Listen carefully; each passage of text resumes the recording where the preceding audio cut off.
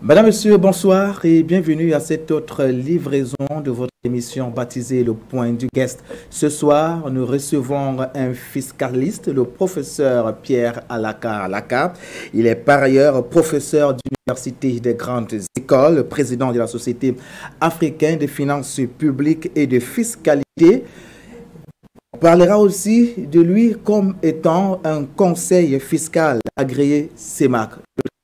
Qu'il aborde et dont on n'en parle pas souvent, c'est celui de chef traditionnel, le roi des Bakwa. C'est dans l'arrondissement de Bokito. A tout de suite avec notre invité.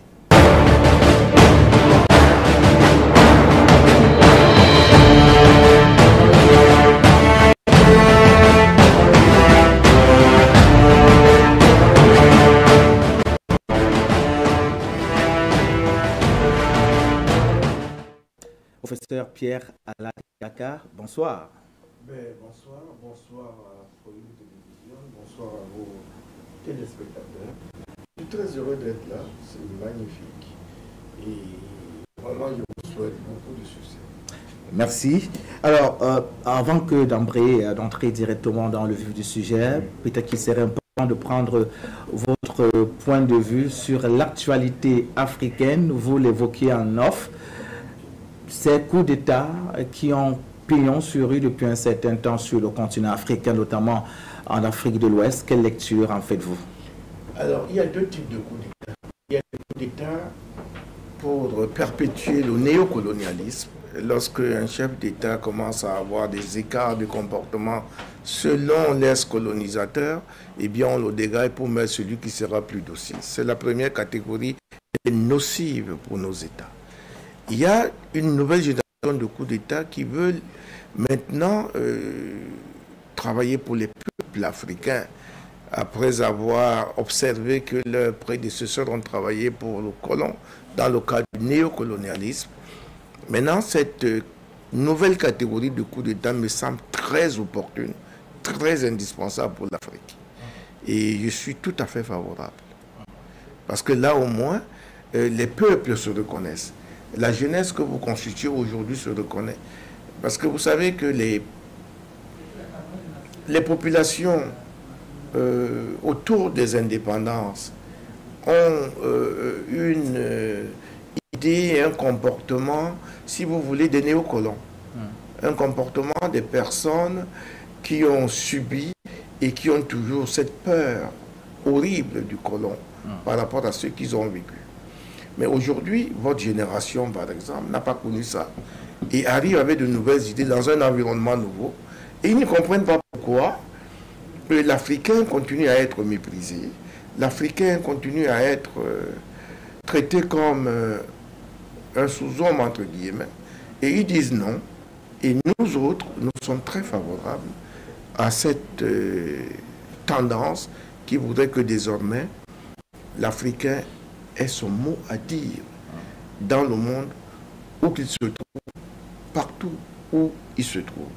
Et c'est pour ça qu'il faut trouver de nouvelles juxtapositions qui peuvent permettre aussi aux Africains d'avoir des instruments de chantage. Parce que dans la géostratégie, lorsque vous avez un instrument de chantage, on réfléchit par deux fois avant de vous attaquer. Regardez par exemple la Russie.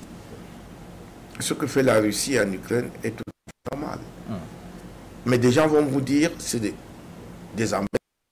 Pourtant, on a envahi la Libye, on n'a pas vu le même discours.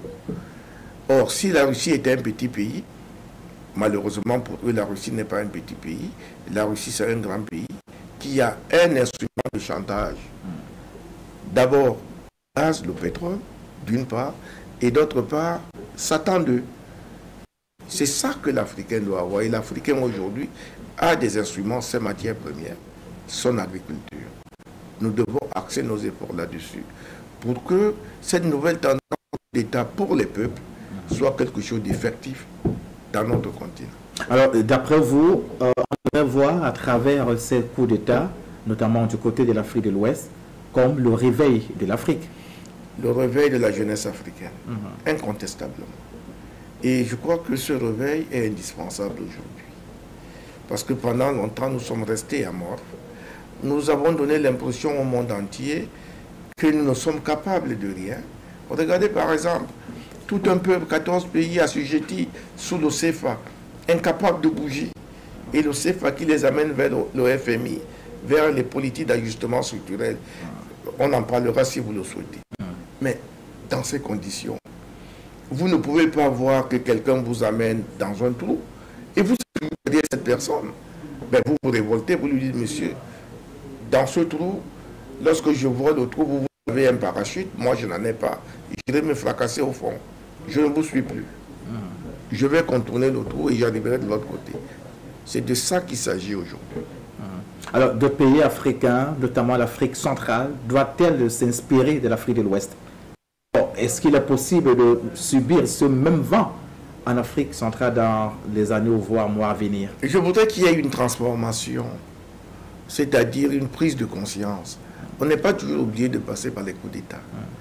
Mais on y arrive parce que justement, ceux qui sont là ne comprennent pas qu'il faut changer. Mais lorsqu'on est capable de changer d'habit, comme on dit souvent, retourner sa veste, pour dire basta, je vous ai servi, mon peuple a besoin que je leur serve, mon peuple a besoin de bénéficier de moi et d'être servi aussi.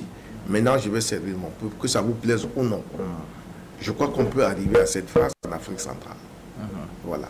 Alors, quelle idée faites-vous de la longévité au pouvoir?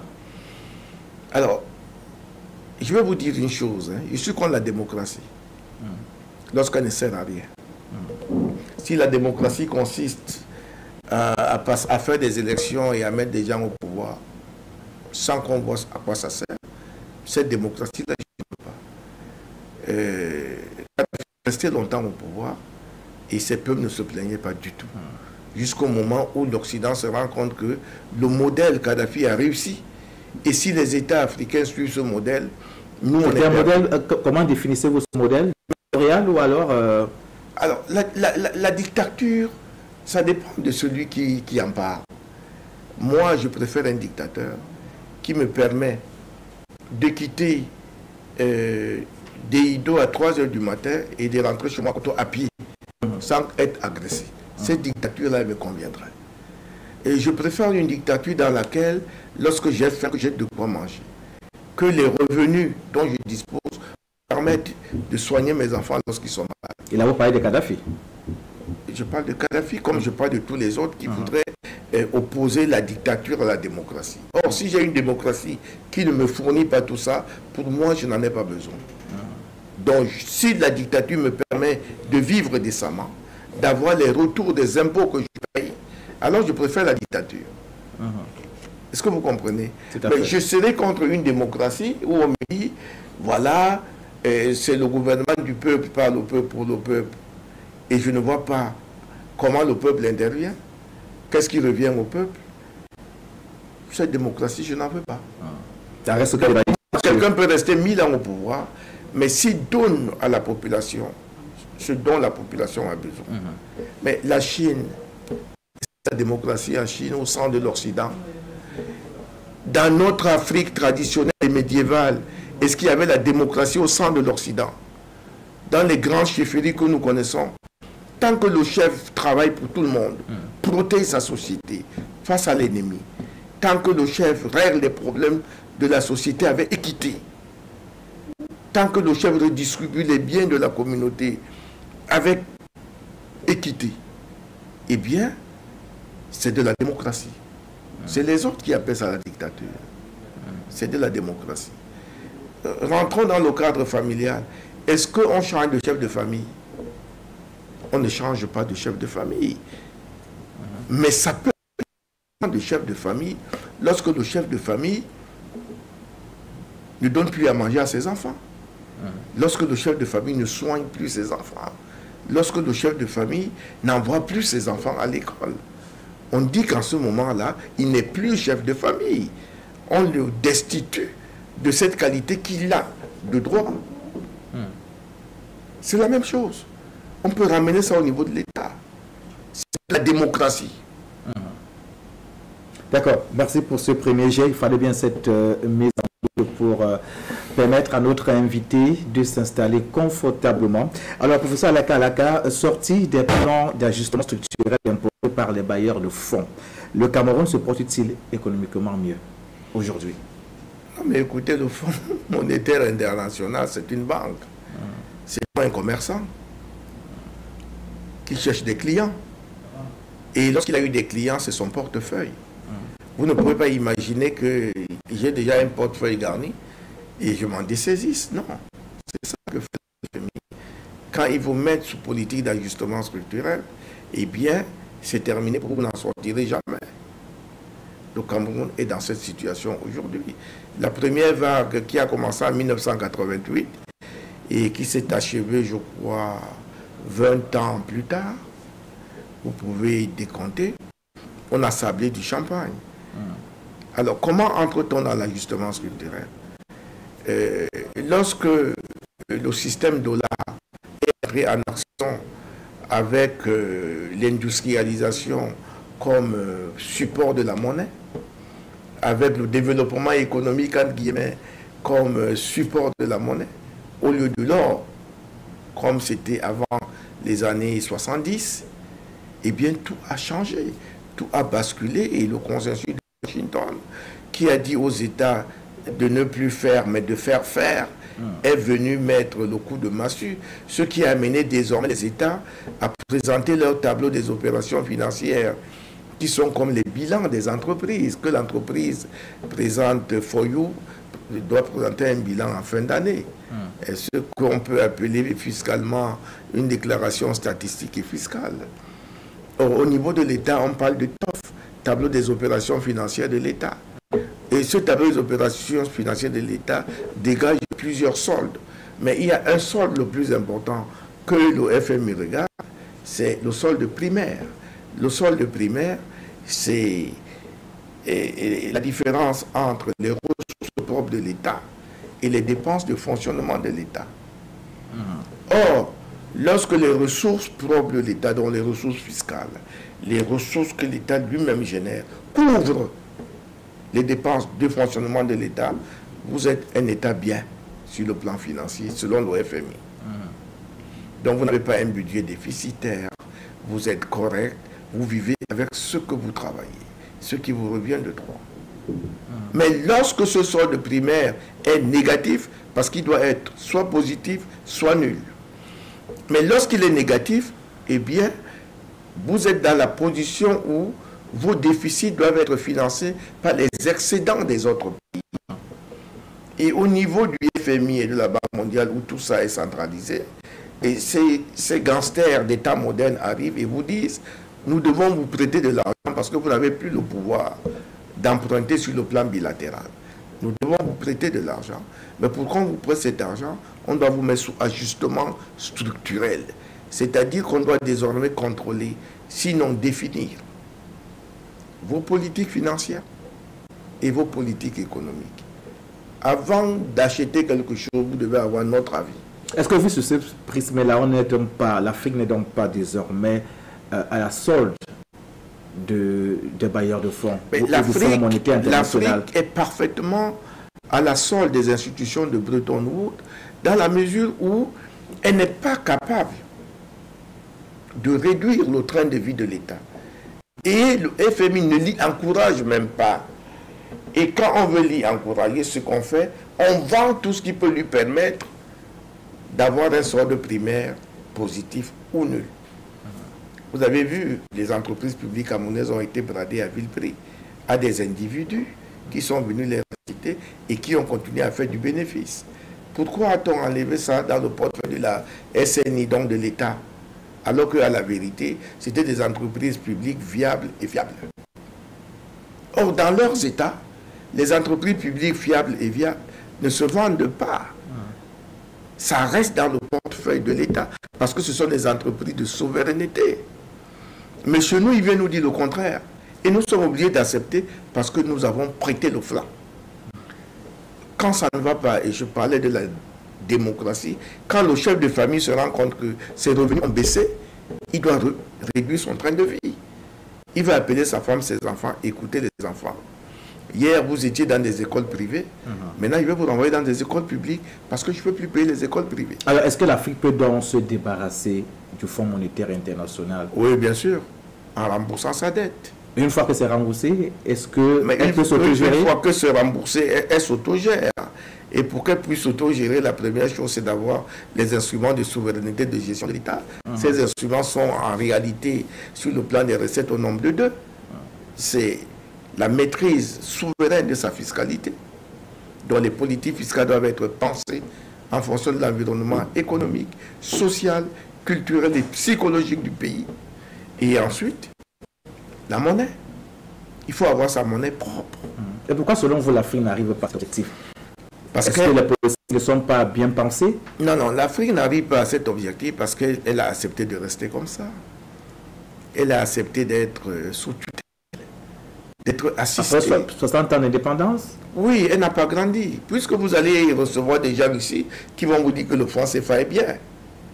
Alors, des gens sains de corps et d'esprit qui vont vous dire que le franc CFA est bien pour l'Afrique, simplement parce que l'inflation est maîtrisée, bon Dieu. Ça veut dire que les Africains ne peuvent pas avoir une monnaie et être capables de maîtriser l'inflation. C'est douloureux d'écouter des choses comme ça. Des choses d'une telle horreur intellectuelle et scientifique.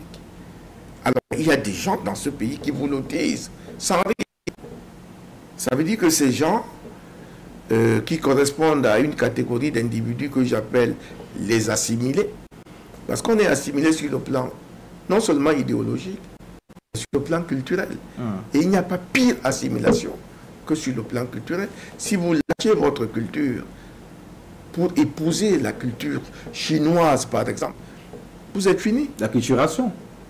Oui, vous êtes fini. Vous devenez un idiot, si vous voulez. Est-ce que ce n'est pas aussi faute d'avoir mis à la magistrature suprême des véritables leaders, ceux qui portent à cœur les réels problèmes des Africains? Je ne répondrai pas à cette question parce qu'elle peut être mal interprétée, lourde d'interprétation plurielle. Le problème, c'est que ce n'est pas le gars qui est là ou à la magistrature suprême qui gouverne le pays. Il ne gouverne pas seul le pays.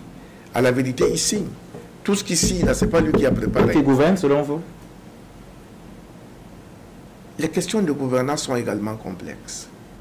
Certes, je reconnais que celui qui est plus haut définit la politique de l'État.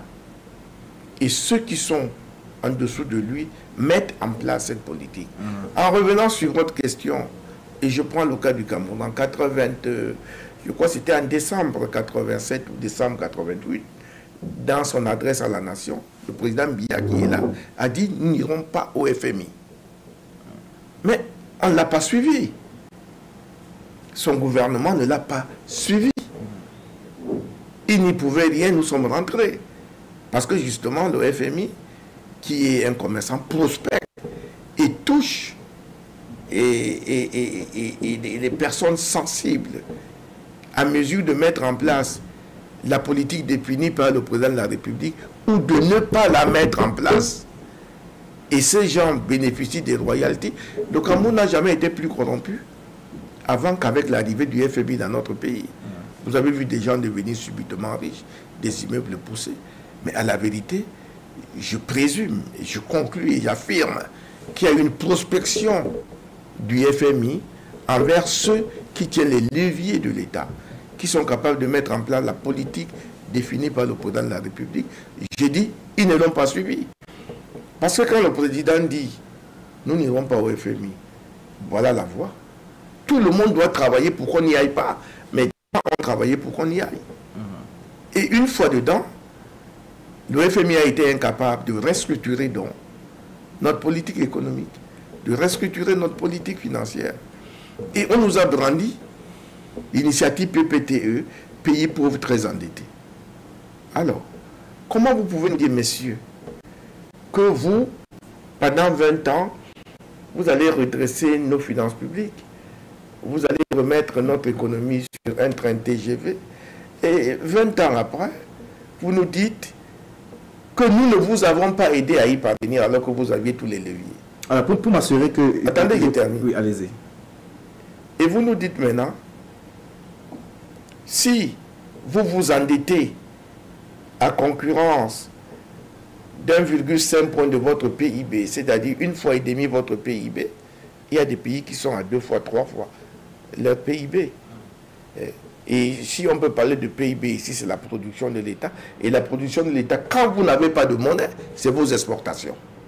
Parce que c'est ça qui vous donne les devises, qui vous permet de rembourser la dette du FMI. Or, quand vous n'avez pas de monnaie, vous vivez de vos exportations. Mais vous êtes dans l'incapacité structurelle de redresser vos finances publiques. Est-ce que vous savez que vous ne pouvez pas construire un stade comme le stade olympique avec le franc CFA? Ça ne vous sert à rien, même si vous avez des cantines et des cantines, des chambres et des chambres. Il vous faut des devises que vous ne pouvez obtenir qu'avec vos produits d'exportation. Comment vous pouvez accepter de vous engluer dans une histoire comme celle-là, alors que vous pouvez sortir de là, trouver les moyens de redéployer votre économie avec les deux instruments de souveraineté que sont la monnaie et la fiscalité. Or, au jour d'aujourd'hui, je vous certifie que même notre fiscalité, elle est entre les mains du FMI, puisque nous sommes sous ajustement structurel. La monnaie, bien sûr, elle est entre les mains du FMI, puisque le FMI, dans ses recommandations, et c'est ça qui est curieux, personne ne regarde ça. Dans ses recommandations, le FMI n'a jamais dit sortez du CFA. Sachant que notre problème, c'est le CFA. Pour m'assurer que je vous ai très bien compris, professeur Alaka, ce que vous dites, c'est que ces plans d'ajustement structurel n'ont pas pour désir de porter l'Afrique vers le haut. C'est ce qu'on retient. C'est ce qu'on retient. Les plans d'ajustement structurel ont pour objectif de nous garder dans la dépendance des institutions de Bretton Woods. C'est tout. Et si vous voulez vous en sortir, faites le contraire des recommandations du FMI. Si le FMI vous fait une recommandation, si vous l'appliquez, vous vous enfoncez. Si vous ne l'appliquez pas, vous faites le contraire, vous sortez du gouffre. Beaucoup de pays l'ont expérimenté. Ils sont arrivés à cette conclusion. Tout à l'heure, vous parlez de fiscalité. Maintenant, j'aimerais savoir à quel égard portez-vous sur la fiscalité au Cameroun? Serait-elle trop élevée au point de plomber l'économie locale? Le système fiscal lui-même n'est pas un problème.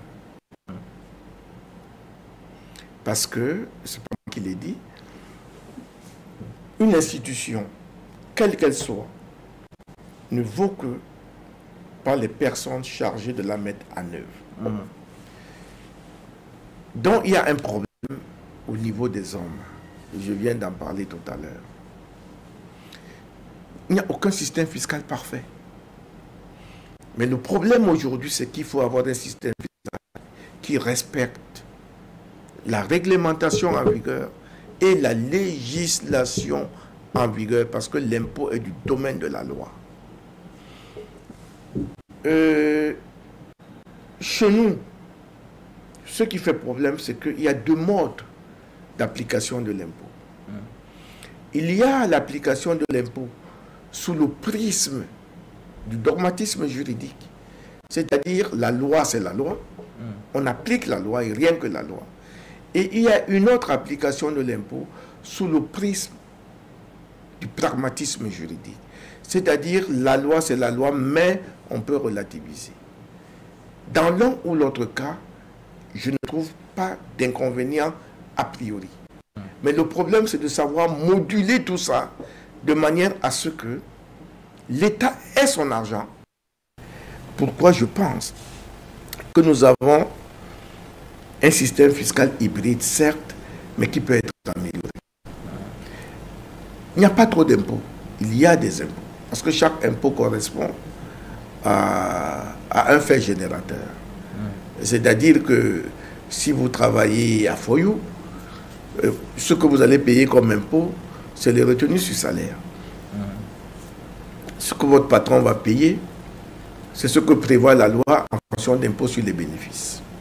Tout dépend de la forme de sa société et de tous les autres impôts qui peuvent intervenir lorsque vous faites appel à l'assistante technique, lorsque vous arrivez à acquérir un terrain, à construire un bâtiment, comme nos meilleurs bâtiments où nous nous trouvons là, il y a des impôts à chaque étape. Mais ce n'est pas beaucoup, parce que si vous n'êtes pas dans cette situation, vous ne payerez pas ces impôts-là.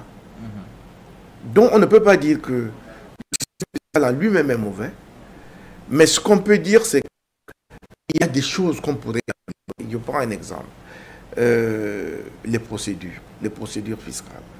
les procédures post-contrôle et les procédures pré-contentieuses.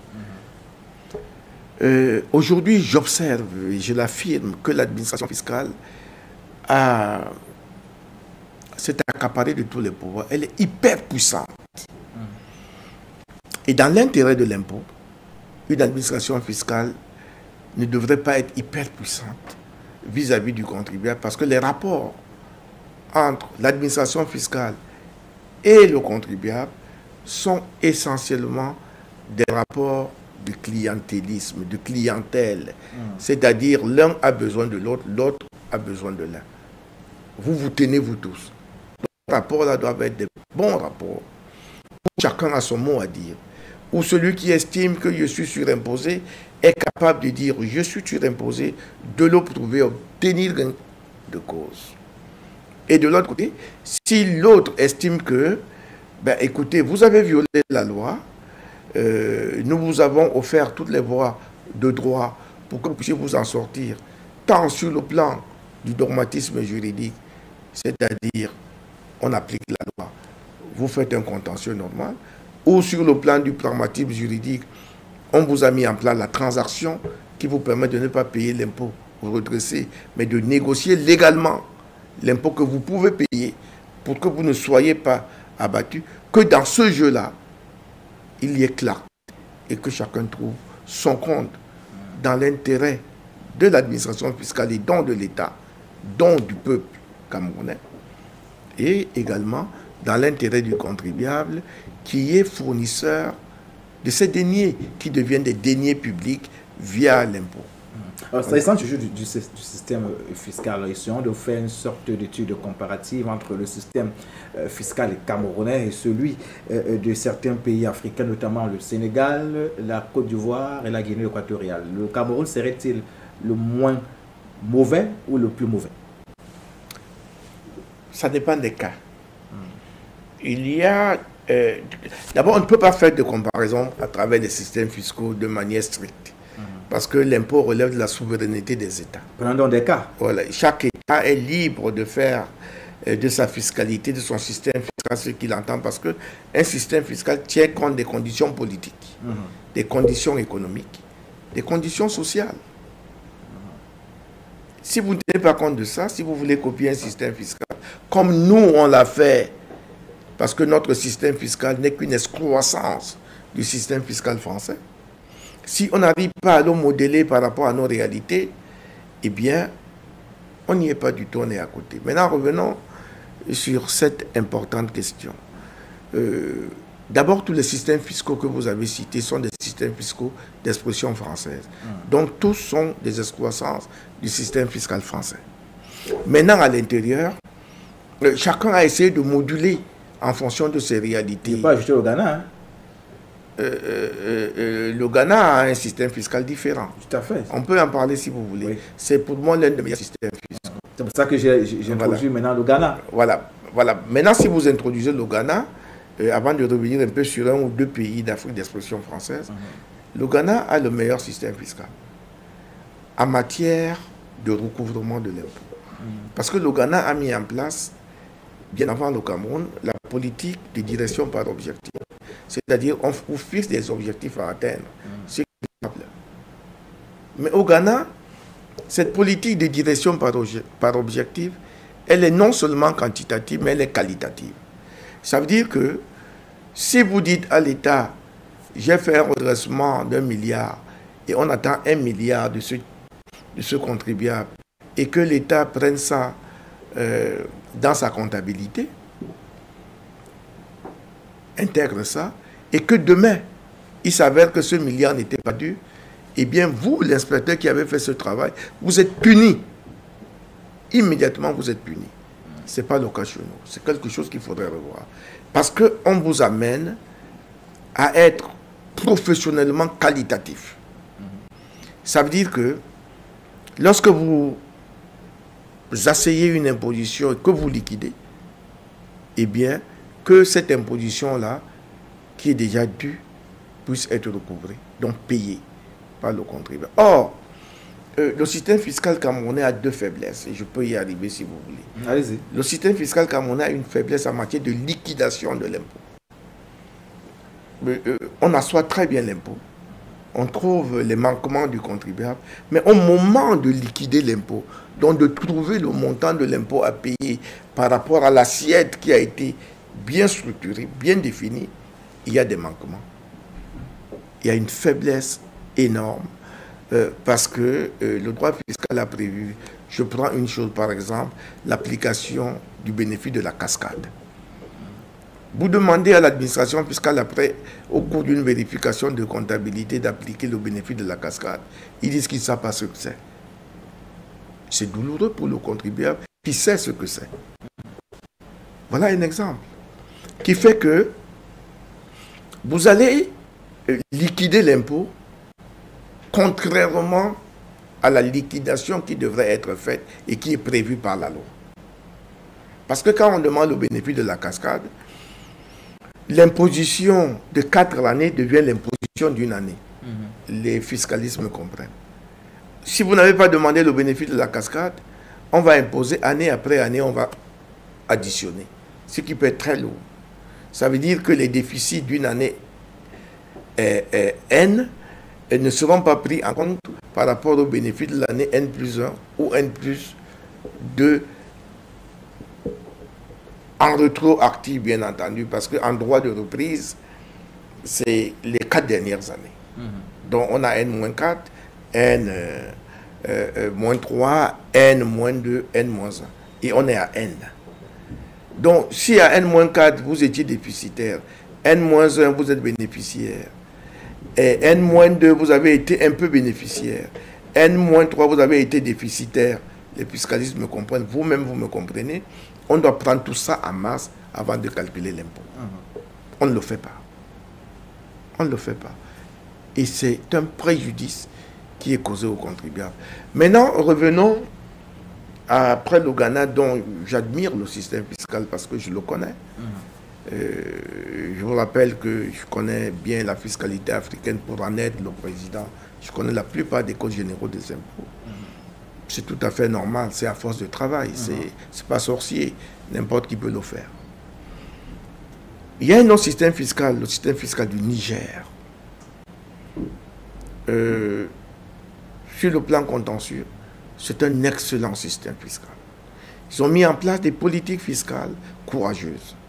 C'est-à-dire que lorsque vous n'êtes pas d'accord avec l'impôt, vous saisissez le directeur général des impôts, donc l'administration fiscale. Si l'administration fiscale n'est pas d'accord avec vous, vous ne saisissez pas le ministre des Finances par un recours gracieux préalable où vous êtes amené à payer 15% comme chez nous, alors que vous n'êtes pas d'accord avec quelque chose. Mais vous saisissez plutôt une commission arbitrale qui est composée d'un président qui est membre de la Cour suprême, d'un magistrat de haut rang, respecté et respectable.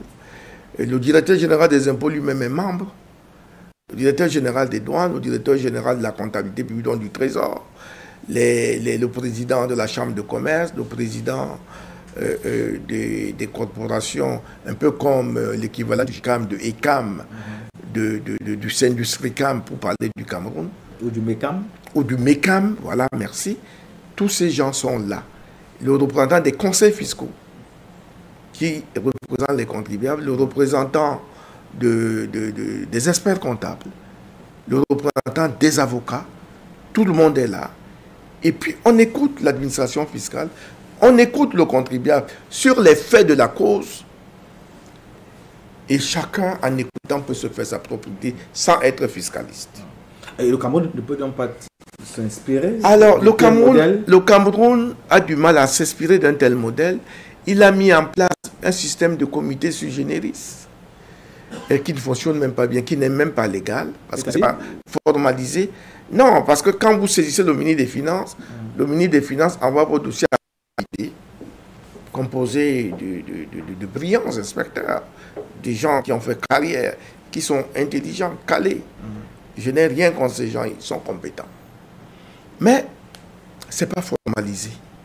Ce n'est pas formalisé. Ce n'est pas dans les procédures.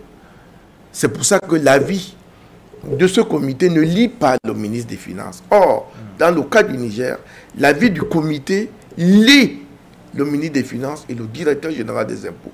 Parce que le comité fait des recommandations qui sont prises en compte.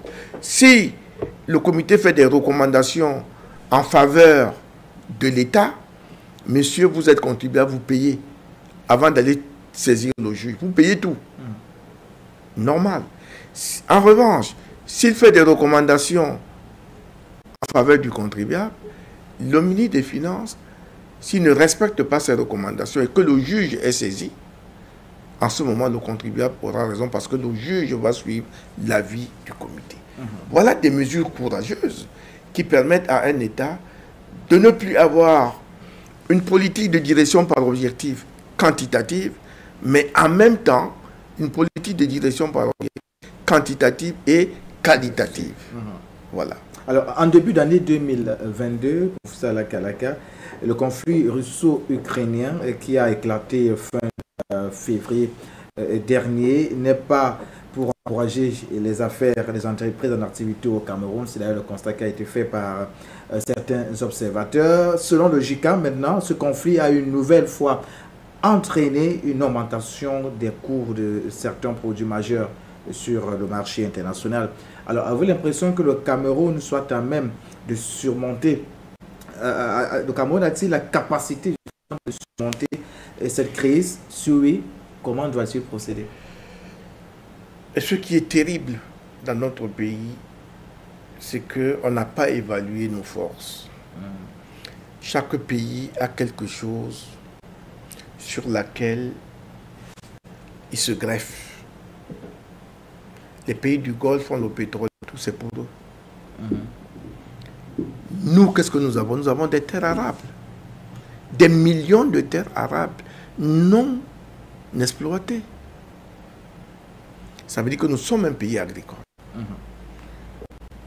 Nous ne pouvons pas connaître aujourd'hui une crise de matières premières comme le blé, par exemple, qui renchérit le coût du pain. Encore que le pain, moi je suis né au village, je ne mangeais pas le pain. Le pain était un aliment qu'on mangeait à Noël ou à Pâques. Ça n'entrait pas dans nos habitudes alimentaires. Mais aujourd'hui, de par la colonisation, on nous a obligés à faire rentrer le pain et certaines choses dans nos habitudes alimentaires. On importe même les pommes de France. Il y a même des supermarchés qui importent le pain de France. Et les gens sont fiers de dire « je mange le pain de Paris ». C'est ça l'acculturation. Je pense que le Cameroun aujourd'hui doit remettre les pieds sur terre et se plonger maintenant dans l'agriculture.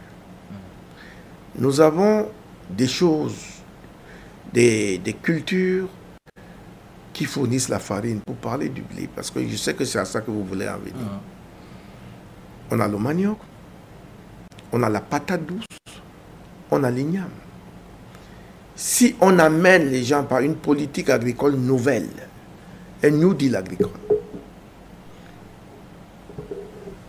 et que l'État aide à mettre en place des machines capables de transformer en farine le manioc, si ce n'est pas déjà fait, la patate et des ignames, on n'aura plus besoin du blé. Et au niveau de la balance des paiements, de la balance commerciale, si vous voulez, on va économiser nos devises. Puisque nous n'avons pas, je vous ai dit que ce que moi je considère comme notre production, c'est les exportations. Lorsqu'on va dans ce schéma-là, parce que c'est les exportations qui nous permettent de rembourser notre dette. On aurait gagné en économisant nos devises. Tant qu'on est dans le système CFA, vous comprenez pourquoi il faut en sortir. Donc le Cameroun peut s'en sortir. Mais si le Cameroun reste dans ce schéma actuel, où un pays agricole, potentiellement agricole, est nourri par des pays non agricoles, mais on n'a qu'à s'en vouloir à nous-mêmes. On n'a qu'à s'en vouloir à nous-mêmes. Il n'y a pas de raison qu'un pays comme le Cameroun ait faim. On devrait nourrir même la France. Mais comme ils savent que si on les nourrit, on peut les tenir. Vous avez parlé du conflit russo-ukrainien. Vous avez vu comment les pays européens se plaisent à donner des sanctions à la Russie. Mais aucune sanction ne peut être effective. Parce que la Russie va vous dire, ok, d'accord, vous me sortez de votre système financier, je m'en fous. Mais tout ce que vous allez acheter chez moi, vous allez l'acheter avec ma monnaie. Sinon, je ne vous vends plus. La Pologne, je ne sais plus quel autre pays là, ne bénéficie plus du gaz ukrainien. Même si leurs réserves peuvent leur permettre de tenir jusqu'en décembre. Et après, ils vont faire comment? Ils seront obligés d'acheter en rouble. Et c'est la Russie qui fixe les prix. Or, qu'est-ce qu'on observe chez nous? Nous cultivons le cacao, la banane, le café, le coton, produits pour lesquels on ne peut pas fixer le prix. Ça veut dire que nous sommes des esclaves. C'est l'esclavage qui a changé de cadre. Devons-nous continuer à accepter de rester esclaves pour produire des produits, si vous me permettez, pour lesquels on ne peut pas fixer le prix, que nous ne consommons même pas? Non, pas du tout. Que nous ne transformons même pas pour créer la plus-value. Mais non, nous devons être capables aujourd'hui de mettre sous nos sols des produits tels que si on ne vend pas à l'extérieur, on consomme nous-mêmes. Est-ce qu'en fonction de cette sorte, ce ne serait pas comme vouloir vivre hors, ou alors couper une sortie de barrière avec l'Occident? Est-ce que cela n'aura pas un poids? Attendez, est-ce que rester dans la barrière, c'est importer les produits des autres, nourrir les travailleurs des autres, enrichir les travailleurs des autres? Nous avons nos travailleurs ici. On peut les nourrir avec l'argent, le même argent, et les enrichir. Est-ce qu'à ce moment, l'échange serait réciproque? Oui, mais à ce moment, ce que nous allons vendre à l'étranger, nous allons garder notre argent, nous allons garder nos devises. En plusieurs paniers, selon les pays qui sont nos clients. Et on aura des réserves énormes à l'étranger. Ça peut nous permettre de faire face j'appellerais ça, à la singularité et à la force de notre monnaie qu'on pourrait mettre en place. Alors, professeur, le Cameroun entend maintenir sa dette publique en dessous de 50% du PIB au cours de l'exercice 2022. On va rappeler que l'information est du ministre des Finances, Luc-Paul Motazé. Cela peut-il se faire sans conséquences économiques sur la population? Mais attendez, si le Cameroun veut maintenir sa dette en dessous de 50% du PIB, il faut déjà qu'on sache à quel pourcentage cette dette se trouve aujourd'hui. Voilà le premier problème. Vous ne pouvez pas d'entrée de jeu nous dire on va ramener la dette à 50% de notre PIB, sans nous dire à quel pourcentage la dette se situe. Et qui a établi ce critère pour tous les pays du monde. Vous avez une idée? Je n'ai pas une idée. Mais je peux faire ce qu'on appelle des conjectures. Je peux conjecturer. Pour dire que si on est sur ajustement structurel, c'est que notre dette dépasse les 100% de notre PIB. Si je pose que notre PIB peut être constaté comme étant la production de l'État constituée des exportations. Parce que c'est ça les devises. C'est ça notre production valide dans ce cadre-là précis. Bon, certainement, les économistes et autres peuvent m'objecter le contraire, mais moi je dis, je parle de manière pragmatique. Je parle de manière pragmatique. Donc, est-ce qu'on peut ramener la dette à 50% du PIB? Première question, pourquoi la dette?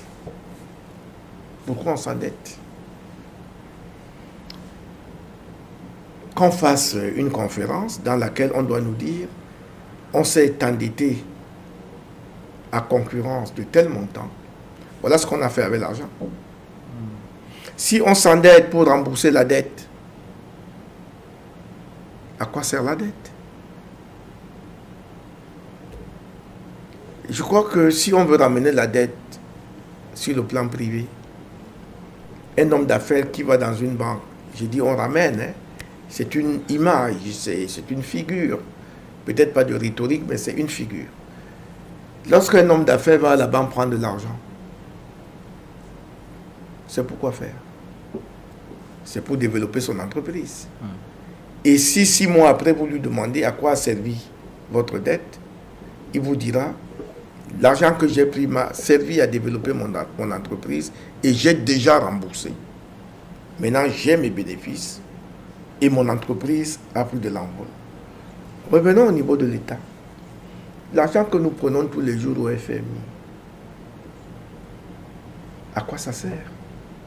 Moi, je voudrais bien qu'on me dise, hein, il faut qu'on fasse maintenant une évaluation avant de dire qu'on doit ramener ça à 50%. Maintenant, vous voulez ramener ça à 50% sur quelle base? Sur la base de quels critères? Sur la base de quelle étude?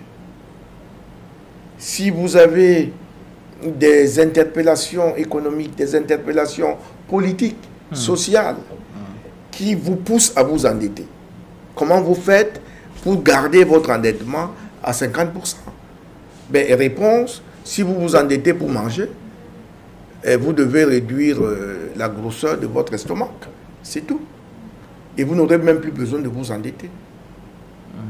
Mais si vous vous endettez pour investir, ce que le FMI d'ailleurs ne permet pas, ben, montrez-nous donc ces investissements. C'est pour ça qu'il est urgent aujourd'hui de changer même la nomenclature budgétaire. Il faut une véritable réforme de nos finances publiques.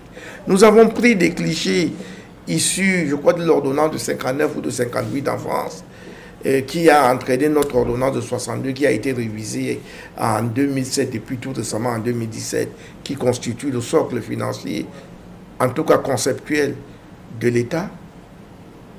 Mais ça là, ça ne répond pas à notre psychologie, ça ne répond pas à notre sociologie, ça ne répond en rien du tout. Moi, je crois que la nomenclature budgétaire devra changer. Comment peut-on la changer? Au lieu de faire un budget avec 2 pans, le budget de fonctionnement, le budget d'investissement, et on ne voit pas la consommation normale du budget d'investissement en comparaison avec le budget d'investissement, en comparaison avec le budget de fonctionnement. Parce que justement, le budget de fonctionnement est toujours consommé, mais pas celui de l'investissement. Je pense qu'il faut changer de nomenclature. On regarde, de mon point de vue, c'est quoi un État? Un État, c'est une fiction juridique. L'État en lui-même, on ne peut pas l'embrasser. L'État, c'est un ensemble constitutif de certains éléments, à savoir la population, le territoire et le gouvernement, auquel on ajoute généralement l'indépendance et la souveraineté. Pourquoi ne pas imaginer un budget de développement qui va consister à dire, dans ce budget, voilà ce qui revient au gouvernement. On ne regarde pas, ils vont manger ça là-bas. Voilà la partie qui revient au territoire, qui va nous permettre de construire le territoire, région par région, les autoroutes, les stades, les ci, les ça, les ça. Ce que, lorsqu'on survole le pays, on voit. On met dans le budget, voilà la part du territoire. Et là, ça sera facile de contrôler. Parce que lorsqu'on a dit que le territoire va s'enrichir cette année de 2 autoroutes, eh bien, on a mis de l'argent. Ben, on donne une partie de l'argent par tronçon et par région. Vous, votre région, l'autoroute va traverser cette région. Voilà ce que vous allez dépenser en fonction des études qui avaient été menées. Ainsi de suite. Et chacun fait son tronçon, on raccorde, on a l'autoroute. Voilà la part du territoire. La part de la population, sur le plan de la santé, de l'éducation, ce qui revient à la population. On dit voilà ce que la population va ce qu'on va dépenser pour la population. Et on le fait. Et maintenant, on regarde les institutions internationales dans lesquelles l'État est membre. Ça sera des frais de souveraineté. On dit voilà, nos cotisations dans les institutions, ça coûte tant, Voilà ça. Ça sera les frais de souveraineté qui sont gérés par X. Et maintenant, enfin, pour notre indépendance, nous avons besoin d'être un pays respecté dans le monde à travers nos ambassades, nos étudiants qui sont à l'étranger, qui ne doivent pas présenter un visage hideux comme ressortissant d'un pays malheureux. Eh bien, voilà ce qu'on met à leur disposition. Vu de la sorte, on peut contrôler le budget par secteur, par élément constitutif de l'État. Et on sort du carcan colonialiste qui voudrait que les pays développés ont des budgets de fonctionnement et des budgets d'investissement parce qu'ils ont déjà beaucoup d'infrastructures. Nous, on veut les suivre bêtement comme des petits moutons de Panurge. J'ai dit on peut revoir nos finances publiques. D'accord. Alors, on va sortir de cette émission avec la question du Bitcoin. Oui, le temps passe tellement vite. On va rappeler que c'est 52 minutes. Alors, quelle idée faites-vous du Bitcoin? On va rappeler que certains pays africains, à l'instar de la République centrafricaine, adoptent déjà cette monnaie comme référence dans le pays aux côtés du franc CFA. Et du coup, les gens s'interrogent désormais sur l'avenir du franc CFA. Quel regard portez-vous sur le Bitcoin? Le Bitcoin arrive comme un ouf de soulagement, mais à défaut. Parce que moi, à la place du Bitcoin, qui est une monnaie virtuelle, qui est une monnaie de réseau, mais qui peut bien se porter si le réseau ne s'arrête pas, si le réseau continue. Je dis que c'est une bonne chose pour les pays qui l'ont adopté parce qu'au moins ils sont sûrs que ces pays sont sûrs qu'ils ne vont pas rester sous le joug du CFA. C'est pour ça que je dis c'est à défaut parce que le CFA est tragique pour nos États. Il faut qu'on trouve des palliatifs jusqu'au moment où on trouvera l'effacement de cette monnaie de singe. Je pense donc que moi je serais encore beaucoup plus favorable pour une monnaie binaire. Je ne suis pas le premier à le dire, mais je le dis aussi. C'est-à-dire une monnaie qui circulerait à l'intérieur du territoire en dehors du CFA et qui obligerait tous qui trade avec nous d'utiliser cette monnaie. Mais avons-nous la volonté politique? Sinon, il faut sortir complètement du CFA et avoir une monnaie à nous qui va nous permettre d'amorcer notre développement. Donc, le Bitcoin, pour parler de lui, est un palliatif. Je suis suffisamment clair pour dire que j'envie les États qui ont marqué ce pas, comme la République centrafricaine. Et comme je crois la Jamaïque ou un autre pays qui ont déjà franchi ce pas. Parce que c'est un moyen de paiement qui va gêner l'ordre mondial établi avec le dollar. Et ça, ils n'en ont pas besoin. Et sachez que tout ce qu'on redoute est bon pour nous. Tout ce que nous faisons et qu'on redoute est bon pour nous. Si on intègre ça, je crois qu'on va commencer à amorcer notre développement. Mais si on pense qu'on va toujours écouter les conseils des pays soi-disant amis, alors que c'est des pays ennemis de notre développement, des partenaires soi-disant au développement, alors que c'est des partenaires au sous-développement, eh bien, c'est qu'on n'aura rien compris. Et nous allons rester dans cette situation qui n'honore personne, en tout cas pas nos dirigeants, qui sont chargés de nous conduire vers le bonheur. Merci, professeur Pierre Alaka.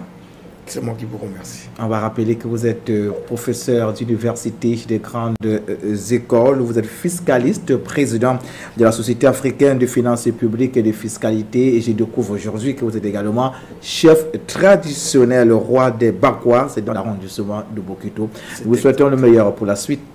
Merci et je suis ravi d'avoir été votre invité. Voilà, le plaisir, il est partagé. Le prochain rendez-vous du point sur, je voulais encore dire autre chose, du point du guest, c'est mercredi, lorsqu'il sera 21h. Restez-nous fidèles, mesdames, messieurs. Nos programmes se poursuivent en temps réel sur For You TV. Bien le bonsoir.